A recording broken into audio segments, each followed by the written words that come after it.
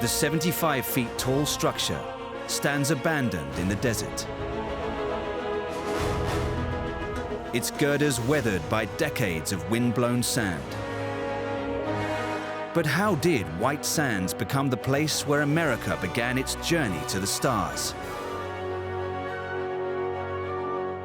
The genesis of the space program wasn't sort of these ambitious goals of putting a man on the moon. It was military. It was sending missiles straight up into space, not caring about where they go, but caring about how they come down and observing that so you can understand how you could use that information to attack your enemy. That was the start of the space program. There is a group of visionaries, really, at the end of World War II, who have learned this lesson that technology is the key to future success. It's the key to survival in a nuclear world. And getting behind in any area of missile or nuclear technology may mean total defeat. White Sands made its mark in history when the first nuclear bomb was tested here on July the 16th, 1945. But just 7 days earlier, the 3,000 square miles range had seen the establishment of what was then known as top secret White Sands Proving Ground.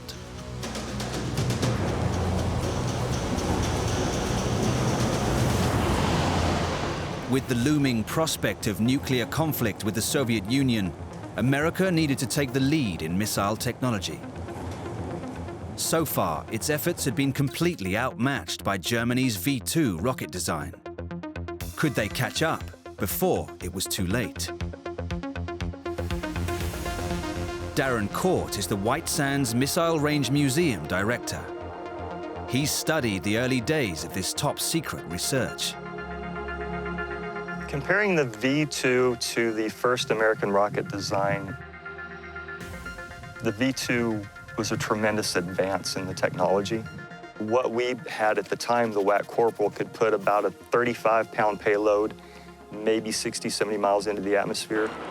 The V-2, we could push over 100 miles up with a 2,000-pound payload. It was very secret at the time. We were certainly not going to let the Russians know what we knew about rockets and ballistic missiles. As well as train cars full of rocket components, dozens of the German scientists who had run Germany's V-2 program also arrived at White Sands. Nazi Germany's prize secret, the deadly V-2 rocket bomb, is assembled by U.S. engineers for testing. Rivaling the atom bomb in importance, the 46 feet of death and destruction is set in place by an ingenious elevating boom at White Sands Proving Ground near Las Cruces, New Mexico.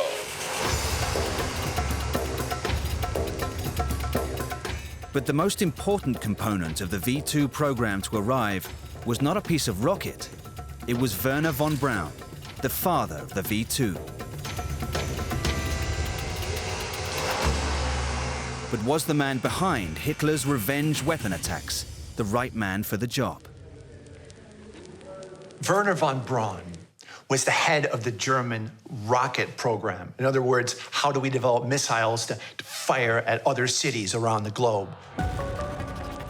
So when he comes over to the US and he's on their side, he jumpstarts their program like you wouldn't believe. It would have taken them decades to get where they got so quickly with his help. Without his help, they may never have caught up.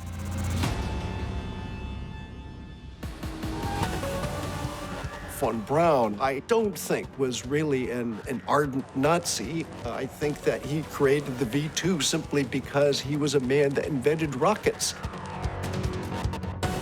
America had everything that they needed to create a very successful rocket program. They had the rockets that they could learn from, their engineers could rebuild them, they could study them, analyze them, and they had the German rocket engineers who had the expertise already.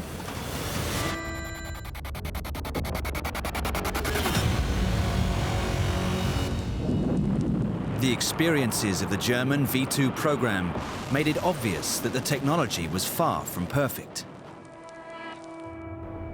As a result, the US Army constructed a massive blockhouse so that each launch could be monitored in safety. Covered with 27 feet of reinforced concrete, it was designed to withstand the explosion of a V-2 100 yards away, or the impact of a V-2 falling from 100 miles up. The reason this building was built was because of the power of the V-2. It carried roughly 19,000 pounds of fuels, which really were a high explosive charge. You combine the fuels.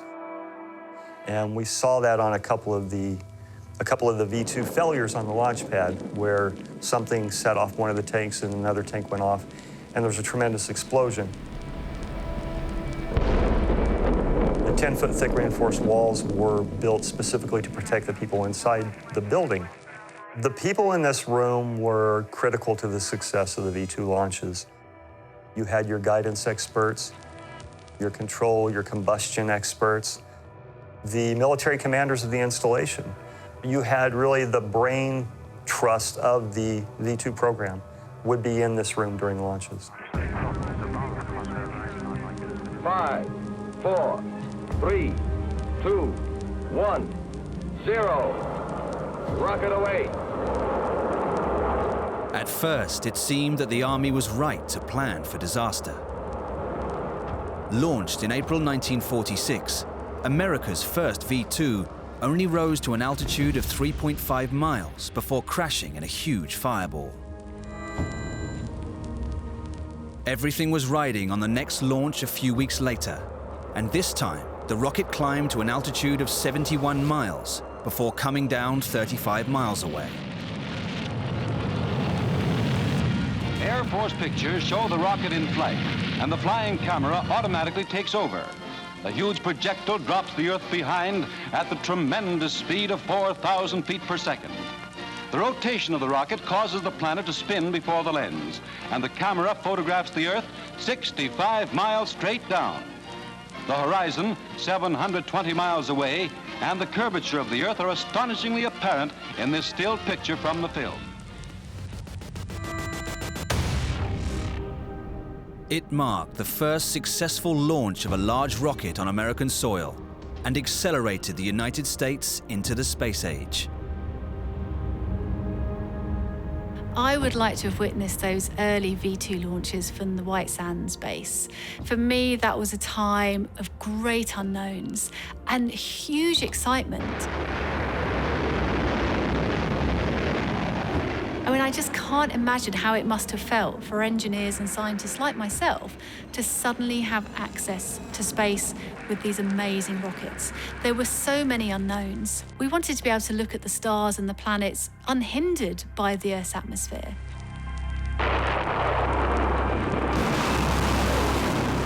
As the tests at Launch Complex 33 became more and more advanced, it was obvious that the basic systems in place were not up to the job. A brand new structure had to be brought in to set up the V-2 before firing. Soon it would become a standard fixture at all rocket launch sites. The original V-2 flights, the rocket would be brought on the Mylar wagon, the original German transportation vehicle. It would be erected onto a firing table, and there were a couple of small ladders that were used to fuel it, get it ready, put the instrumentation in the top. The problem with that was, by 1947, a lot of the instrumentation was becoming more complex, took a lot more time to set up. So it was felt that something more substantial was needed. So the gantry crane was brought in from California in 1947. So it was on rails. You could bring it in, drop the platforms, do whatever you needed to do on the rocket, and then once you were ready to go, raise the platforms, bring the gantry crane away, and fire the rocket.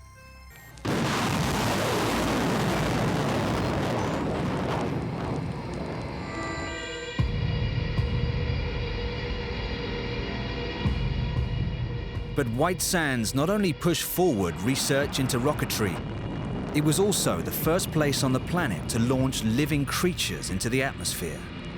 Live monkeys.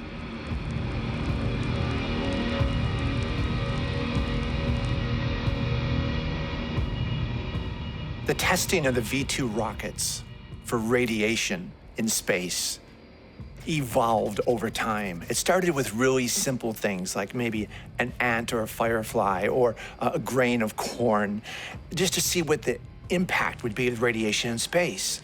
But this soon led to putting monkeys in the actual capsule and sending it up into space. Animal rights activists would have a field day, and rightfully so today, but back then nobody cared, nobody knew. Problem was, the monkeys never survived because this was early days. The parachute technology to gracefully bring the craft down to Earth never worked. They died.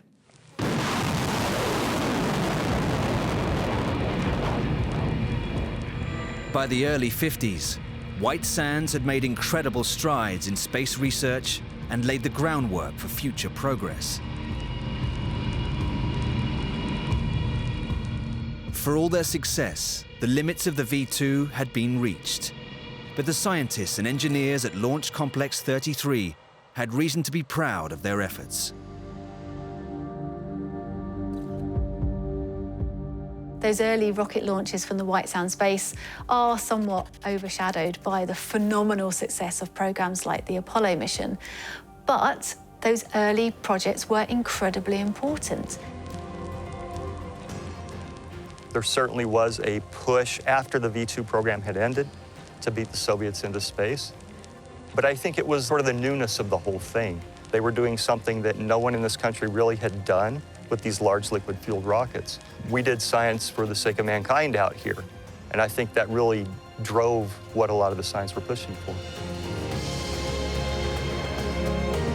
The V2 rocket may have been a failure as a weapon of war, but as the first vehicle to reach space, it had been a triumph.